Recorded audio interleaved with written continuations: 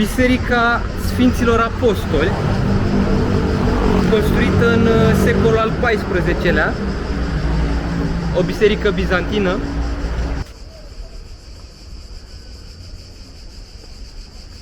Wow! Frumusețe!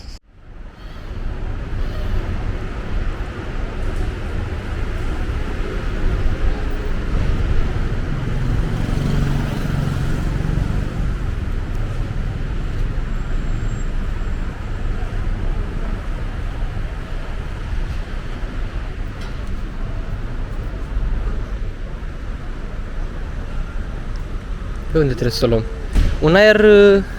Un aer barcelonez, un aer valencian, un aer iberic în acest oraș. Mai mult decât un aer italienesc așa, mai mult un aer iberic. Destul de curățel, zic eu. Hai că pe aici cred că trebuie să o luăm. Destul de curățel. Oamenii foarte amabili. Multă verdeață. Haide. Multă verdeață pe marginea drumurilor, pe marginea trotuarelor. Din păcate, comparativ cu spaniolii, cam multe mașini pe aici prin centru. Și pe stânga și pe dreapta, și pe dreapta și pe stânga, și pe sus și pe jos, pe peste tot mașini parcate. Mă rog, străzi cu sens unic, dar e un pic de haos din punctul ăsta de vedere. Aici seamănă mai mult cu noi. Că de... Ce e, mă, e călduț? E călduț! Dar în rest e ok, atmosfera e plăcută, nu se simte toropeala aia tipică orașelor cu mult beton, nu? Se simte briza un pic. E cald rău. E cald rău, dar la soare, da, sunt 35-36 de grade acum. În orice caz nu se simte ca în București, asta e de remarcat. În București se simte mult mai mult din cauza poluării. Dar în orice caz, un oraș frumos, un oraș plăcut la plimbare, cam asta e. Sunt frumoase balcoanele astea așa de tip mediteranean cu cum se cheamă asta? Pergole, îmi vine să zic. Pergole? Copertinele astea elegante. Am văzut de asemenea centrale pe gaz de apartament amplasate fix pe terasele astea, fix pe terase afară. Un pic ciudat mi s-a părut, dar asta din cauza sau datorită faptului că probabil iarna nu sunt temperaturi scăzute, deși am citit că în ultima vreme au și temperaturi negative aici sau ceva de genul, temperaturi mai mici. Între timp ne îndreptăm către Biserica Sfântului Dumitru și să căutăm și ceva, un loc să poposim spre a ne îmbuiba cu niște bunătăți de la adăpa și îmbuiba. Și ne vedem. Ne uităm la zidurile de vest ale Salonicului, de care vorbeam și mai devreme, începute încă de la înființarea de la fondarea acestui oraș până în secolul 20. Au fost întreținute în toate secolele astea. Din cei 8000 de metri de ziduri bizantine s-au păstrat până în ziua de azi 4300 de metri. Piața romană din Salonic, piața antică, agora antică, încadrată de străzile Olimpu și Filipu. Filipu e cea de pe partea aia la sud, noi suntem pe Olimpu. Este o piață care datează încă de la începuturile acestui oraș, din secolul 3 înainte de Hristos și merge până în secolul al V-lea după Hristos, în perioada bizantină. Deci 8 secole, ăsta a fost cel mai important loc al orașului. Aici se întâlneau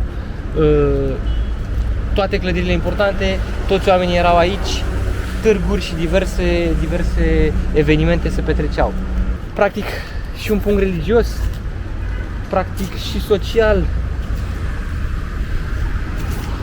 Acest complex roman se vede acolo că includea și un anfiteatru, includea și zone religioase. În dreapta acolo iată și niște coloane, vedem probabil de la fostele construcții romanice.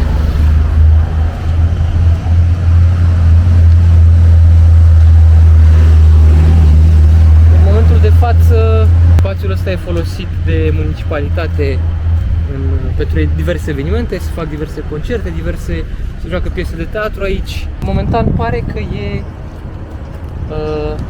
un spațiu doar pentru acei porumbei care joacă piesa vieții lor, și anume ciugulitul de grăunțele.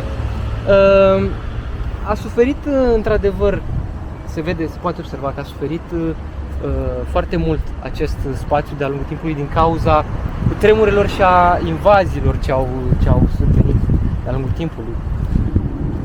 Și iată că ăsta este stadiul la care a ajuns în prezent și este menținut în continuare. Pe drumul ăsta încoace am mai întâlnit câteva zone de vestigii. Nu le-am mai filmat pentru că erau la fel în ruină, dar ăsta chiar merita menționat și prezentat. Ne continuăm drumul către Biserica Sfântului Dumitru. La nici 2 pași de centru și de agora de acolo din centru, de Piața Romană, se găsește și Biserica Sfântul Dumitru, pe care o vedeți chiar acum. Sfântul Dumitru, așa cum spuneam, născut într-o familia unui comandant militar puternic în armata romană la acel moment, și el la rândul lui a devenit ofițer în armată și s-a și botezat într-un creștinism. Mai târziu, el a fost trimis de către împăratul roman Maximian să urmărească și să omoare toți creștinii din Salonic. Bineînțeles că el a refuzat, mai mult de atât și-a dezvăluit și faptul că el e creștin. Și în acel moment i s-a cerut să renunțe la religia lui, la credința lui, dar a refuzat.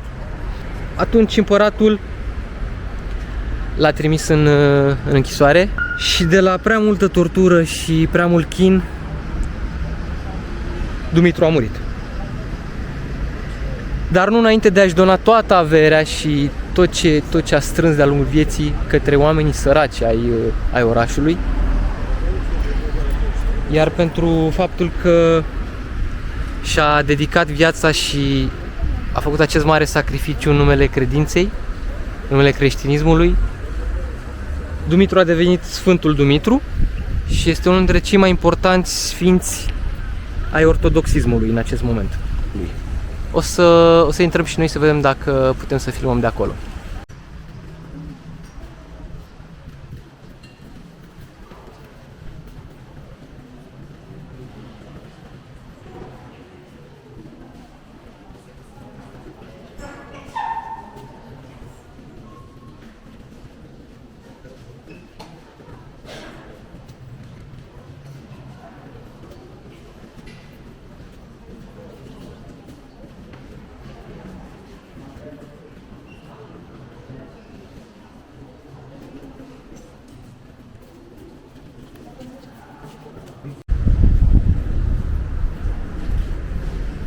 Icoană cu Sfântul Dumitru. Am aflat de la un concetățean, de la un alt român care era aici în biserică, că până mai acum ceva ani moaștele nu erau ținute în racla de aici, căci în această capelă se află racla pe care am filmat-o mai devreme cu moaștele. Erau ținute în zona de sub altar. Acolo au fost ținute o lungă perioadă de vreme, după care au fost mutate în zona aceasta de capela aceea.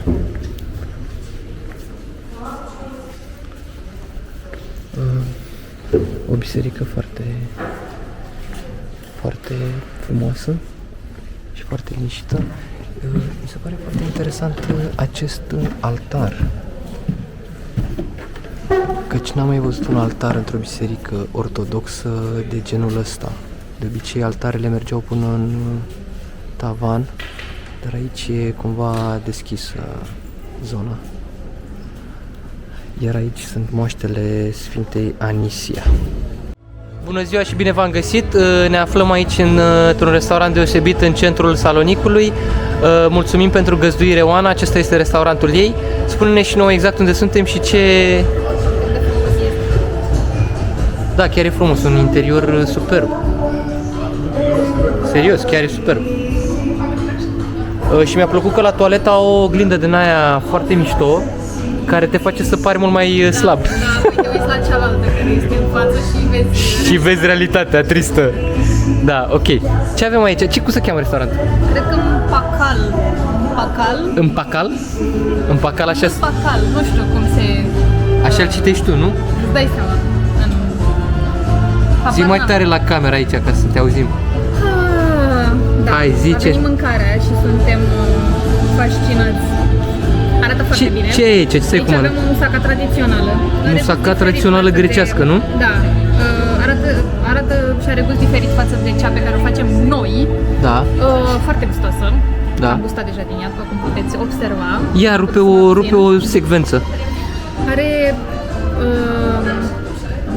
vânătă, are de toate. Vânătă, cartofi, da, cărniță de porc sau de ce e, de miel. Sosul ăsta, nu știu, are un condiment ceva pe care noi nu-l folosim, foarte bună la gust, diferită. Ăla e parmezan?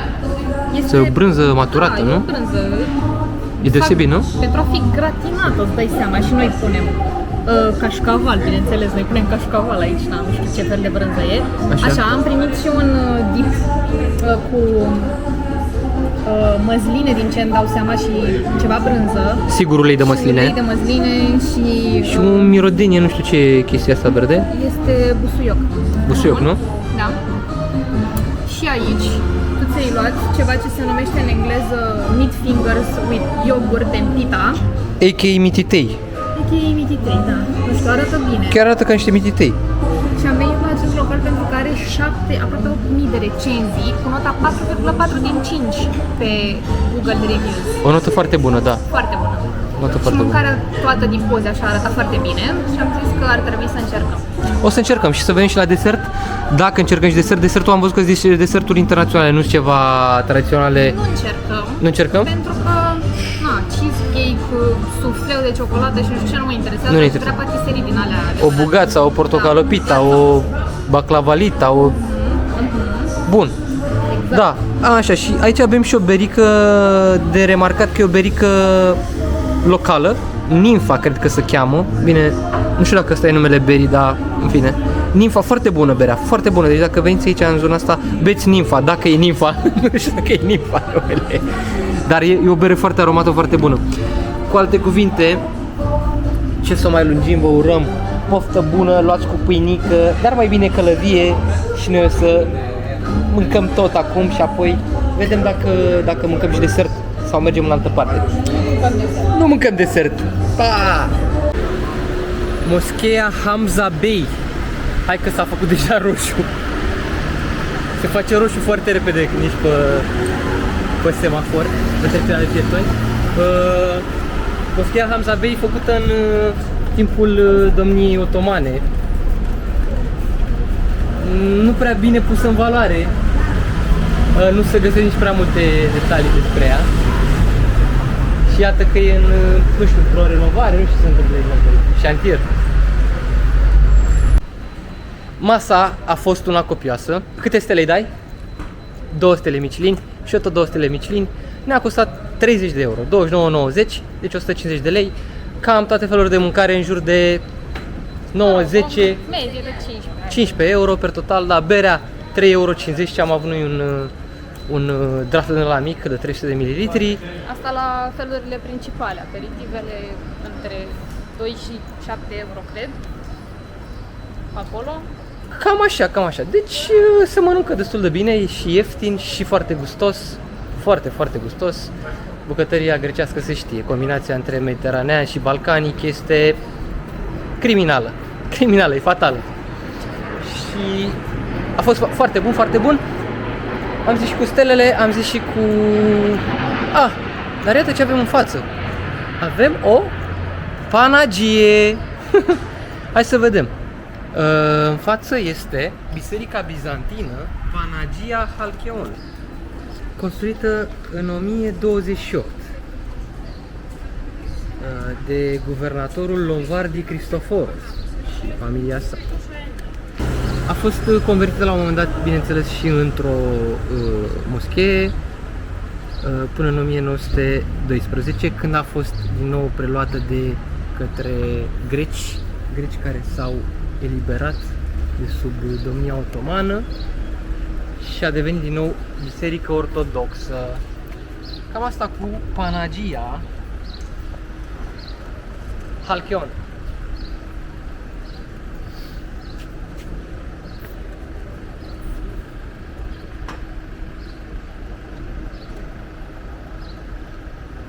Chiar aici, în piața Aristotelus, căci asta este piața Aristotelus, se află și statuia lui Eleftherios Venizelos, una dintre cele mai importante personalități ale istoriei Greciei moderne.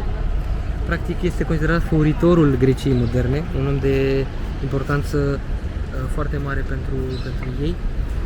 A luat unele dintre cele mai importante decizii care au afectat Grecia de-a lungul întregului secol al XX-lea. A jucat un rol cheie în anumite evenimente care s-au dovedit a fi critice pentru orașul Salonic. În timp ce a fost prim-ministru, Venizelos a reușit să restabilească relațiile diplomatice cu vecinii Greciei și a extins multe reforme constituționale. A făcut eforturi serioase pentru a moderniza economia, organiza armata și a stabili influența diplomatică și geostrategică a țării. Iar aici, în dreapta, mai avem un punct de reper foarte, foarte important. Ce este aici, Oana? Mamă, câți papagali superbi! Unde, mă? Au trecut pe lângă noi, vai, iubiții! Ok. Aici în dreapta, ce da, este? avem un hamam. Hamam, bei hamam. Baie turcească veche. Care se află chiar pe Egnatia Street. Egnatia Street este drumul despre care vă spuneam că stabilea legătura între Bizanț și Dures. Este o baie otomană care datează din secolul al XV-lea. Ne aflăm în piața Hagia Sophia, o piață monumentală și foarte importantă pentru acest oraș. Iar aici în piață, bineînțeles, este și Biserica Hagia Sophia, una dintre cele mai vechi și importante biserici din Salonic. Prima biserică construită în acest loc datează din secolul al III-lea după Hristos, dar ce vedem în prezent aici datează undeva din secolul al VIII-lea, urmărind cu destul de multă precizie designul arhitectural al bisericii Hagia Sophia din Constantinopole, prezent în Istanbul. În 1205, când a avut loc a patra cruciadă, orașul a fost cucerit și Hagia Sophia a devenit catedrala din Salonic. Și în 1430, când otomanii au cucerit orașul, biserica a fost convertită într-o moschee. Asta până la eliberarea Salonicului în 1912, când a devenit iarăși biserică creștină. În 1917 a fost foarte, foarte mult afectată de marele incendiu de atunci, care a provocat daune mari. De asemenea, în 1978 a suferit iarăși daune importante în urma cutremurului de atunci. Între timp a fost restaurată. Exteriorul nu e atât de impunător, nu e atât de frumos, nu e atât de plăcut, dar se pare că la interior există niște frește foarte interesante pe care o să vedem dacă le putem și filma. Hai să intrăm să vedem dacă putem să vedem mai mult.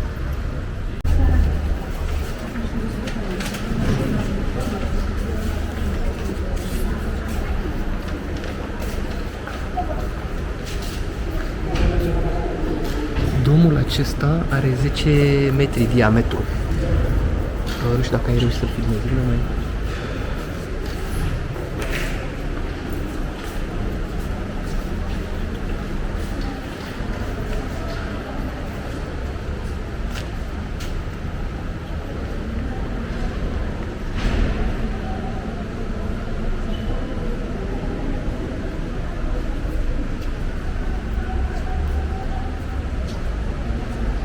Majoritatea freșilor datează de la secolul al VII-lea, al VIII-lea, chiar din secolul al IX-lea. Dar bănuiesc că sunt cele restaurate, că nu cred că, adică au fost restaurate între timp, că nu... Asta, da. N-au supraviețuit. E impresionant asta, candelabru, cele două candelabre. Da. Uriașe.